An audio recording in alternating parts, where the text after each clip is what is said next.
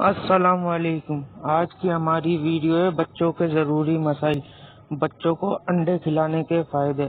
तो वीडियो शुरू करने से पहले चैनल को सब्सक्राइब कर दें, बेल आइकन को प्रेस कर दें। इल्म दिन सीखना, सिखाना और आगे शेयर करना सदका जारिया है। मरने के बाद भी हमको इसका सवाब मिलता रहेगा। वीडियो शुरू करने से पहले एक बार अल्लाह पढ़कर चैनल को सब्सक्राइब कर दें।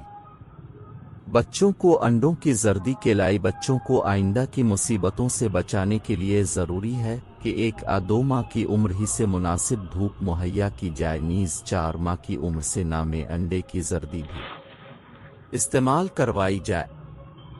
अगर आपको हमारी वीडियो अच्छी लगी है तो लाइक कर दें, कमेंट में अपनी राय का इजहार करें, सवाब की नियत से आगे शेयर कर दें ताकि दूसरों को भी फायदा हो सके।